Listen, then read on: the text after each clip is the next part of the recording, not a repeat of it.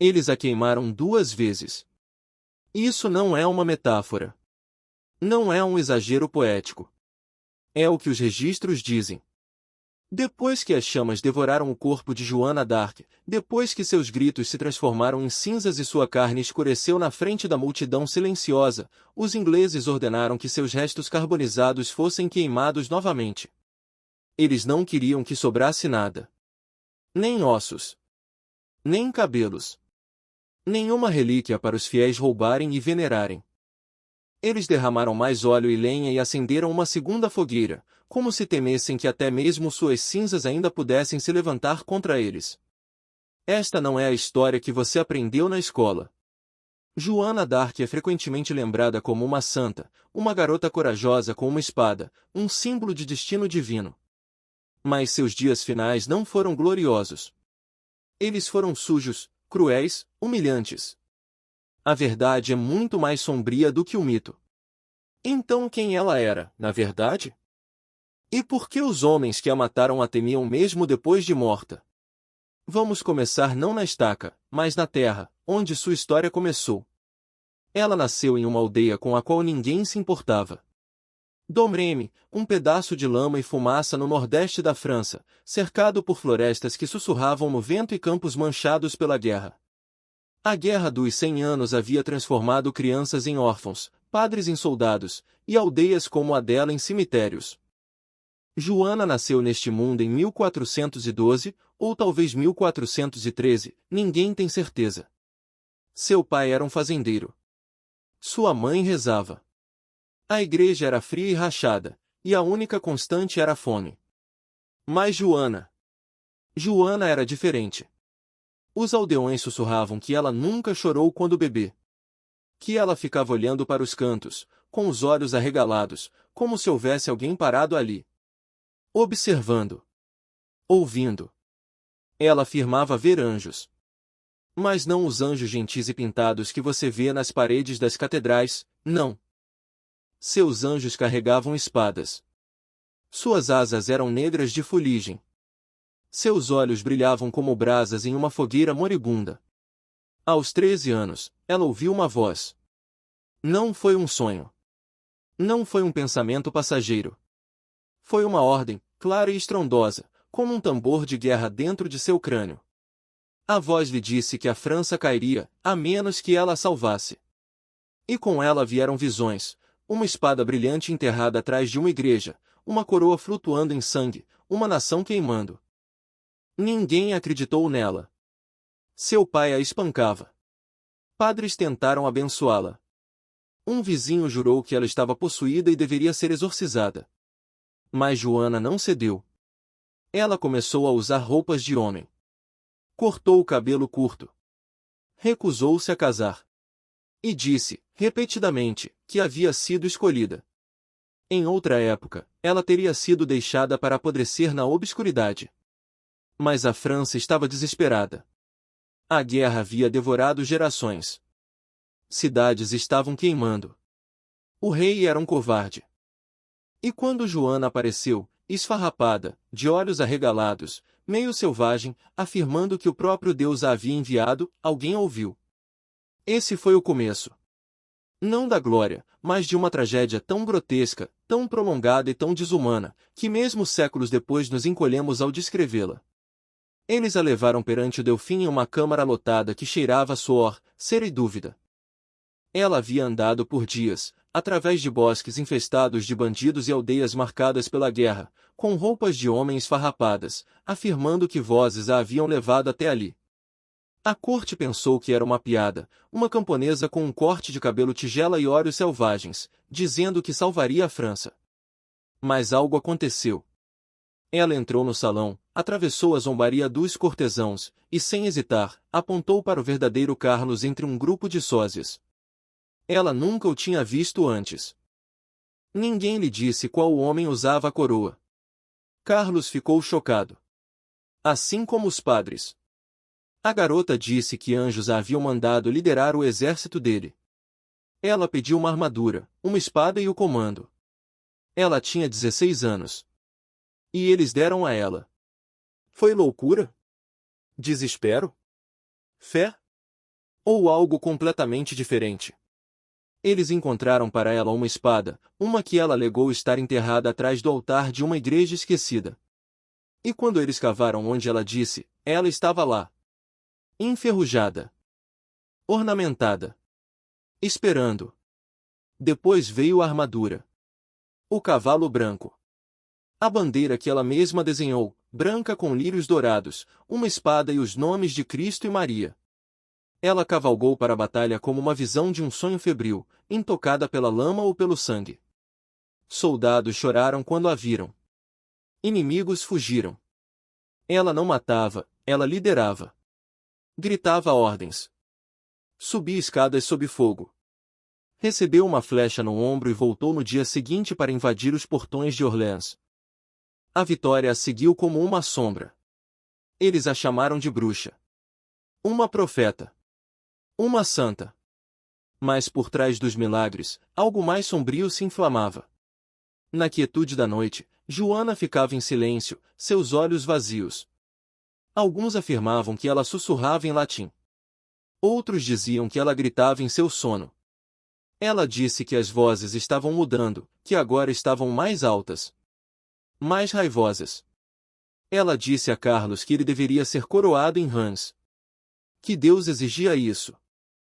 Então eles marcharam por território inimigo, através de sangue e fogo, até que ele se sentou no trono. Ela havia feito o impossível. Mas o poder teme os milagres. E os reis não compartilham tronos, nem mesmo com santos.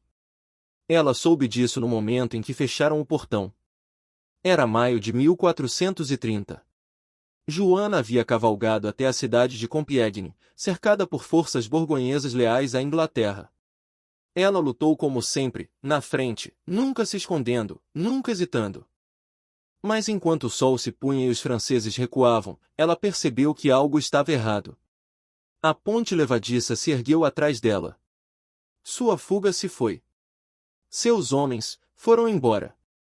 Alguém havia ordenado isso. Capturada pelo inimigo, ela foi arrastada de seu cavalo, espancada e levada acorrentada para o castelo de Belrevoire. Ela implorou a seus captores que a deixassem ir, não por sua vida, mas por sua missão. A França ainda precisava dela, ela disse. Mas a risada dos guardas lhe disse tudo o que ela precisava saber. Ela tentou escapar. De uma torre. 18 metros de altura. Ela pulou. Eles a encontraram quebrada, mas viva. Alguns disseram que anjos amorteceram sua queda. Outros disseram que foi uma tentativa de suicídio. Mas ela negou. Eu fiz isso confiando em Deus, ela disse aos padres mais tarde, sua voz calma. Eles a venderam. Os ingleses pagaram 10.000 libras para tirá-la dos borgonheses. Não como prisioneira de guerra, mas como uma bruxa. Como uma herege. Como uma mulher que ousou usar roupas de homem e falar com Deus. Carlos, o rei que ela havia coroado, não fez nada. Ele não enviou ouro. Não levantou um exército. Ele não pronunciou o nome dela. As vozes que ela uma vez ouviu agora sussurravam apenas silêncio. Em Rouen, onde os ingleses a mantinham, eles não lhe deram exército, nem armadura, nem esperança. Apenas uma cela. Fria. Úmida. Vigiada dia e noite por guardas homens, embora ela implorasse por mulheres para atender. Eles lhe negaram até isso. Eles a queriam vulnerável. Humilhada. Mas Joana se recusou a chorar. Ainda não. Não até que o julgamento começasse. Não foi um julgamento. Foi uma execução embrulhada em pergaminho. Eles o chamaram de tribunal da igreja, mas nenhum padre de compaixão sentou-se em julgamento. Nenhuma escritura de misericórdia foi lida. Apenas homens, 40 ou mais, alguns com vestes carmesim, outros armados em ouro inglês. E Joana? Acorrentada. Exausta. 19 anos. Eles lhe negaram um advogado. Eles lhe negaram sono. Eles lhe negaram o direito de assistir à missa. Por semanas, eles a interrogaram, às vezes por horas sem descanso. 5, 6, até 10 horas seguidas, tudo projetado para desgastá-la. Mas ela não cedeu. Mesmo em suas correntes, ela falava claramente. Calmamente. Eu fui enviada por Deus, ela disse repetidamente. Seus santos falam francês ou inglês? Essa foi uma das perguntas. Uma armadilha. Outro perguntou se ela acreditava estar na graça de Deus, uma armadilha teológica. Se ela dissesse sim, seria culpada de orgulho. Se dissesse não, estaria admitindo culpa. Ela pausou, então respondeu, se eu não estou, que Deus me coloque lá. Se eu estou, que Deus me mantenha lá. Até seus inimigos admitiram, esta garota era assustadoramente esperta. Mas lógica e coragem não eram o que eles queriam. Eles queriam uma confissão. Uma assinatura. Um momento de fraqueza que pudessem transformar em heresia. As acusações? Usar roupas de homem. Falar com anjos. Obedecer a vozes em vez de padres. Afirmar instrução divina sem a aprovação da igreja. A ironia? A igreja havia coroado reis por séculos por direito divino. Mas quando Joana disse que Deus a enviou, eles chamaram isso de blasfêmia. Em sua prisão, eles a amarraram a uma cama, acorrentada em ferros. Guardas homens a vigiavam dia e noite. Ela se recusava a se despir na frente deles, mesmo quando doente.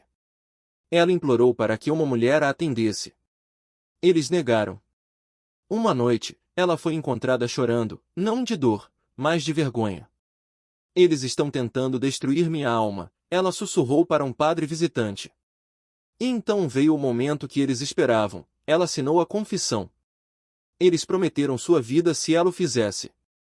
Prometeram deixá-la viver em um convento, em silêncio. Joana, faminta, doente, sozinha, concordou. Ela assinou. Mas era uma mentira. Eles nunca pretenderam mantê-la viva. No dia seguinte, eles mudaram os termos. Ela havia assinado. Eles disseram que ela viveria. Eles até lhe deram um vestido, uma túnica longa, áspera e cinza, a primeira vez em meses que ela usava algo diferente de uma túnica de homem e armadura. Deveria ter acabado. Mas não acabou. Eles mentiram. Os homens que a condenaram não tinham a intenção de cumprir sua promessa. Eles temiam o que ela simbolizava muito mais do que o que ela havia feito. Uma Joana viva, mesmo trancada em um convento, poderia se tornar uma bandeira novamente. Uma mártir à espera. Uma faísca. Então eles esperaram. E então, eles agiram. Poucos dias após sua suposta confissão, seus guardas entraram em sua cela. O que exatamente aconteceu em seguida ainda é debatido, alguns dizem que eles a zombaram, outros que eles tentaram agredi-la. Um relato afirma que eles rasgaram seu vestido enquanto fingiam revistá-la. Outro diz que os guardas riram enquanto jogavam sua túnica de mulher na lama, forçando-a a escolher entre nudez e castigo. Seja qual for a verdade, ela foi encontrada na manhã seguinte com roupas de homem, abalada, silenciosa, seus olhos vazios. E isso foi o suficiente. Mas uma coisa é certa, pela manhã, Joana havia colocado de volta suas roupas de soldado. Alguns dizem que foi para se proteger. Alguns dizem que os homens roubaram seu vestido. Alguns dizem que ela usou as calças novamente porque era a única maneira de prender suas correntes corretamente, o vestido a teria deixado exposta. Não importou. Era a brecha de que precisavam. Ela era uma herege reincidente agora. Isso significava uma coisa, morte. Eles a arrastaram de volta perante os juízes. Desta vez não houve perguntas, nem armadilhas. Apenas um veredito. Queima. Enquanto a sentença era lida, Joana olhou para os rostos no salão. Alguns sorriam. Alguns desviavam o olhar. Mas um padre, Jean Maciel, diria mais tarde, ela não tremia. Apenas seus lábios se moviam, em oração, eu acredito. Ela pediu uma última coisa, a cruz. Eles negaram isso a ela também. Mas alguém, um soldado, de todas as pessoas, cedeu. Ele fez uma simples cruz de madeira, entregou a ela pelas grades. Joana a pegou e a beijou. Na praça, a estaca estava pronta. 30 de maio de 1431. Rouen. A praça já estava cheia ao amanhecer. Milhares vieram para vê-la morrer. Vendedores vendiam tortas de carne e vinho quente. Crianças sentavam nos ombros de seus pais. Um nobre trouxe uma cadeira dobrável. Para muitos, não era uma tragédia, era teatro. Uma garota sendo queimada em público? Isso valia a viagem. Alguém esculpiu o nome dela na madeira de uma grade de varanda. Outro desenhou o rosto dela com carvão na parede, com chifres. Alguns por ódio. Alguns por medo. Muitos, muitos demais, por curiosidade mórbida. Eles se alinharam nas varandas, lotaram as ruas e até subiram nos telhados para ter uma visão melhor. Afinal, não era todo dia que se via uma adolescente ser queimada viva. Joana tinha 19 anos. Ela foi conduzida para fora em correntes, descalça. Sua túnica cinza arrastava na poeira. Seu rosto pálido, mas não desfeito. Em suas mãos, a cruz de madeira. E enquanto ela caminhava, ela pediu uma última vez: mantenha-a no alto, para que eu possa vê-la através das chamas. Um monge atendeu. Ele ficou perto da pira, erguendo o crucifixo com mãos trêmulas. Ela foi amarrada ao poste com correntes de ferro. Os carrascos empilharam a madeira alto, alto demais. Alguns sussurraram que isso a sufocaria antes que ela pudesse gritar. Outros disseram que foi deliberado, para ter certeza de que nada sobraria. Enquanto eles acendiam fogo, a multidão ficou estranhamente quieta. Ela não gritou no início. Testemunhas dizem que ela orou em voz alta, chamando os nomes dos santos: Catarina, Margarida, Miguel. Sua voz ficou rouca, a fumaça subindo espessa e preta. Então, um grito: Jesus! Jesus, e silêncio. Mas o horror não havia terminado. Enquanto as chamas morriam e as cinzas se assentavam, os carrascos viram algo que chocou até mesmo eles. Seu coração não havia queimado. Ele jazia nas cinzas, inteiro, vermelho e brilhante. Os carrascos entraram em pânico. Um tentou esfaqueá-lo com uma lança. Outro amaldiçoou e jogou mais piche na pilha fumegante. Quando isso falhou, eles o embrulharam em pano, arrastaram-no até a beira do Sena e o jogaram na água como uma relíquia amaldiçoada. Mas alguns dizem que ele flutuou por um momento, como se recusasse a afundar. Mas o coração permaneceu. Um soldado inglês, abalado até o âmago, foi ouvido dizendo: estamos perdidos. Queimamos uma santa. Eles queimaram o corpo dela novamente. E quando isso não destruiu o coração, eles espalharam as cinzas no Sena, para que nenhuma relíquia pudesse ser levada, nenhum santuário construído. Nenhum lugar para lembrar. Mas eles falharam. Porque a memória ficou. Mesmo séculos depois, a história da garota que ouviu vozes, que liderou um exército, que coroou um rei, que foi traída, assombraria a consciência da França. Depois do fogo, não houve funeral. Nenhum túmulo. Nenhum monumento. Apenas fumaça, cinzas e silêncio. Os ingleses não haviam queimado apenas uma garota, eles pensaram que haviam queimado uma ameaça. Um símbolo. Uma ideia. E por um tempo, funcionou. Ninguém ousava falar seu nome publicamente. A mera menção de La Pucelle, a donzela, era perigosa. Sua memória foi manchada em registros oficiais: uma herege, uma feiticeira, uma mentirosa. Os documentos do julgamento, meticulosamente registrados pela Igreja, foram selados. A verdade foi substituída por conveniência política. Até mesmo o rei que ela havia ajudado a coroar, Carlos VII, não disse nada. Ele devia tudo a ela. Mas o medo era mais forte que a gratidão. O silêncio durou décadas. Mas o fogo não havia morrido de verdade. Em segredo, alguns ainda sussurravam. Soldados velhos contavam histórias em tavernas, da garota com a bandeira branca. Aldeões oravam a seu espírito à noite. E nos arquivos, pergaminhos empoeirados esperavam, por alguém corajoso o suficiente para olhar novamente. Esse momento veio 25 anos depois. Em 1455, o Papa Calixto III ordenou uma nova investigação. Naquela altura, os ventos políticos haviam mudado. A França havia vencido. Os ingleses tinham ido embora. E a culpa era alta demais para ser ignorada. Testemunhas foram convocadas.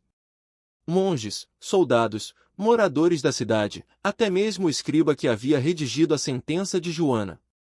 E o que emergiu foi impressionante. A ela havia sido negado um advogado. Ela havia sido enganada para assinar uma confissão que não sabia ler. Os juízes eram politicamente motivados, e o julgamento, uma farsa. O pior de tudo, eles sabiam. Eles sabiam que ela não era culpada. Mas a queimaram assim mesmo. Em 1456, Joana d'Arc foi declarada inocente. E a igreja, a mesma que a havia condenado, agora a chamava de mártir. Mas naquela altura, ela estava morta há 25 anos. E nada poderia desfazer o horror daquela pira em Rouen. Apenas o tempo a tiraria das cinzas. A história não é escrita pelos mortos, ela é esculpida pelos vivos. E Joana d'Arc, uma vez queimada e esquecida, começou a se levantar. Não do túmulo, mas da memória. De sussurros, de histórias, da necessidade dolorosa de uma nação de acreditar em algo puro depois de tanto sangue. Ela se tornou mais do que uma garota. Mais do que uma soldado. Mais do que uma herege queimada em uma estaca. Ela se tornou um símbolo. Na França, devastada pela guerra e humilhação, o nome de Joana começou a reaparecer, não como um conto de advertência, mas como uma figura de orgulho. Artistas a pintavam em armaduras radiantes. Escritores a chamavam de Salvadora da França. Padres, antes cúmplices em sua morte, agora citavam suas visões como divinas. No século XVI, ela já não era controversa, ela era heroica. No século XVIII, ela era mítica. E então, no século XIX, quando a França estava novamente quebrada e em busca de sua alma, Joana foi ressuscitada por completo. Ela representava o nacionalismo, a fé, a rebelião contra a tirania. Ela se tornou tudo que qualquer um queria que ela fosse. Para os monarquistas, ela era a prova de que os reis governavam pela vontade de Deus. Para os revolucionários, ela era uma camponesa que desafiou a elite. Para a igreja, ela era uma santa em formação. Para os militares, ela era uma comandante impecável. Em 1920, quase 500 anos após sua execução, o Vaticano a canonizou. Santa Joana d'Arc. Mas a santidade não suavizou sua história. Apenas enterrou o horror sob ouro e auréolas. As pessoas esqueceram as correntes. Os ratos em sua cela de prisão. Os gritos no fogo. A segunda queima, para apagar até mesmo seus ossos. O mito era mais limpo. Mais seguro. A verdade era muito mais brutal. Porque a verdade é esta: uma garota de 19 anos, analfabeta e sozinha, acreditou em algo maior do que ela mesma. Ela desafiou reis. Ela assustou padres. E eles a mataram por isso. Mas nem mesmo o fogo pôde silenciá-la. O fogo não foi o começo do sofrimento de Joana. Foi o golpe final em um longo e metódico desmoronamento de sua mente, de seu espírito, de sua humanidade. Eles não queriam apenas matá-la. Eles queriam quebrá-la primeiro. Quando Joana foi capturada, ela não foi levada para uma prisão, ela foi entregue a uma fortaleza. Fria, úmida, cercada por homens. Guardas ingleses, não freiras. Sem proteção. Sem privacidade. Ela foi acorrentada dia e noite. Às vezes acorrentada pelo pescoço. Às vezes amarrada tão firmemente que ela não conseguia dormir sem dor. Eles a colocaram em uma cela de soldado, não de mulher, em clara violação da lei da igreja. Ela pediu um vestido, por modéstia. Eles recusaram. Ela usou roupas de homem, não por desafio, mas para se proteger, porque temia o que os guardas poderiam fazer se ela dormisse de vestido. Esta escolha seria mais tarde usada contra ela como evidência de heresia. Mas pior do que o tormento físico era o cerco mental. Ela foi interrogada por meses, 70 sessões separadas. por clérigos, teólogos, bispos. Dezenas de homens instruídos sentavam em círculos, dissecando suas respostas, torcendo suas palavras, provocando-a para que se contradisse. Ela não teve aconselhamento jurídico, nem apoio. Apenas sua memória e sua fé. E ainda assim, ela resistiu. Ela lhes contou sobre suas vozes, seus santos, suas visões. Eles o chamaram de demônios. Ela disse que ouviu anjos. Eles disseram que ela estava louca. Eles escreveram tudo, não para entendê-la, mas para armar uma arapuca para ela. Para pegá-la em uma armadilha teológica.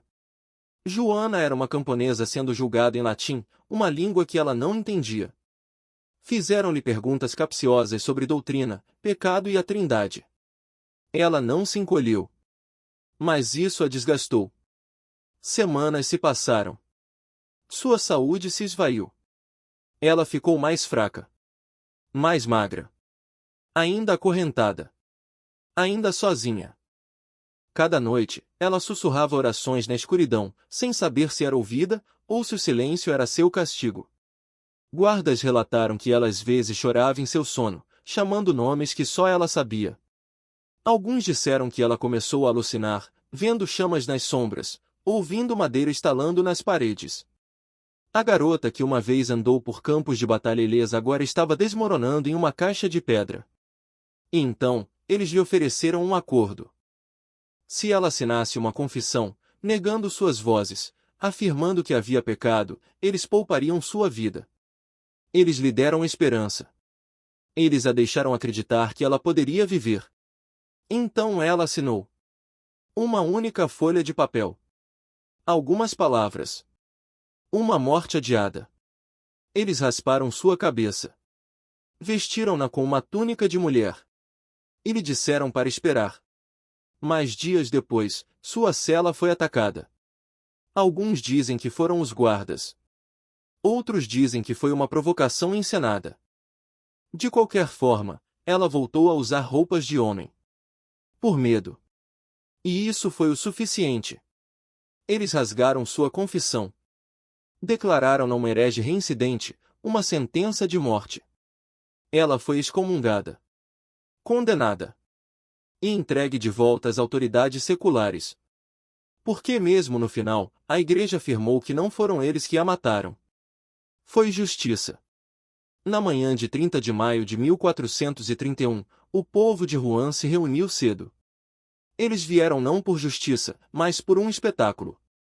Joana d'Arc, a donzela de Orléans, a garota que uma vez cavalgou à frente de um exército, agora era arrastada pelas ruas em uma carroça. Ela tinha 19 anos. Sua cabeça raspada estava exposta. Seus pulsos amarrados na frente dela. Um sinal grosseiro pendia em seu pescoço: herege, reincidente, apóstata, idólatra. 3 vezes ela foi pregada antes da pira. 3 sermões separados para salvar sua alma, não sua vida. Ela pediu uma cruz. Um soldado inglês deu a ela 2 gravetos amarrados com barbante. Outro padre, movido por algo humano, encontrou a cruz de uma igreja próxima e a segurou no alto para que ela pudesse vê-la através da fumaça. E então eles a amarraram à estaca. Ela implorou para que a amarrassem mais forte, não por coragem, mas para que ela não caísse enquanto morria. Ela não queria que a multidão visse seu corpo se retorcendo, convulsionando. Ela queria morrer com dignidade. O carrasco colocou a madeira bem alta, para que o fogo queimasse quente e rápido. Mas não queimou. Enquanto as chamas subiam, Joana começou a gritar. Sua voz rasgou o ar da manhã, crua, desesperada e subindo com a fumaça. Testemunhas disseram que ela chamou o nome de Jesus mais de 6 vezes. Mas o que eles não escreveram foi quanto tempo durou. O fogo lambeu suas pernas, depois seu estômago, depois seus braços, e ela ainda gritava. Alguns da multidão desabaram. Um soldado vomitou. Outro desmaiou. A madeira estava úmida. O fogo não rugiu, ele fumegou. Lento. Cruel. O carrasco se virou antes que terminasse. Então mais. E mais. Jesus! Jesus!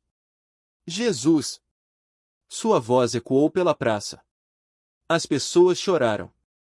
Até soldados ingleses viraram a cabeça. Deveria ter sido rápido. Não foi. Eles usaram madeira úmida. O fogo fumegou. Ele a cozinhou lentamente. O carrasco mais tarde jurou sob juramento que seu coração não queimaria. Ele o encontrou inteiro entre as cinzas. Ele foi jogado no Sena, junto com o que restou de seus ossos. Mas esse não foi o fim. Porque a igreja, cautelosa como sempre, temia relíquias. Temia a santidade. Então eles se certificaram.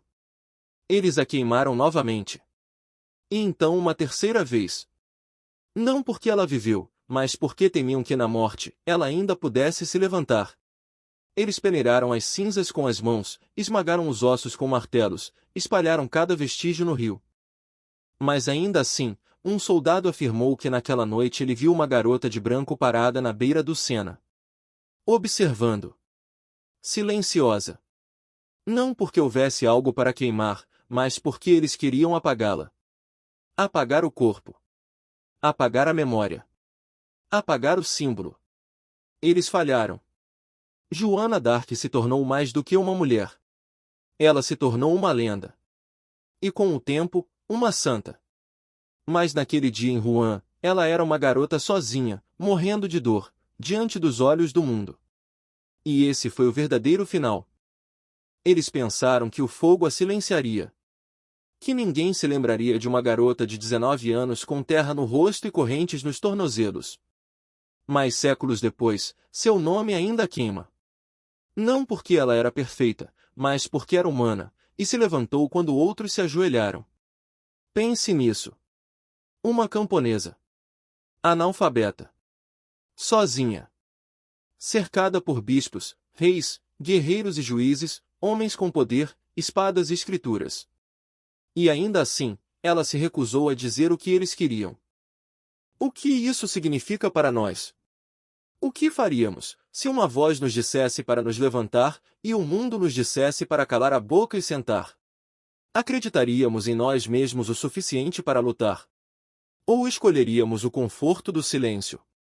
Joana não foi queimada por suas visões. Ela foi queimada porque acreditou nelas. Porque ela acreditou em algo que os poderosos não podiam controlar.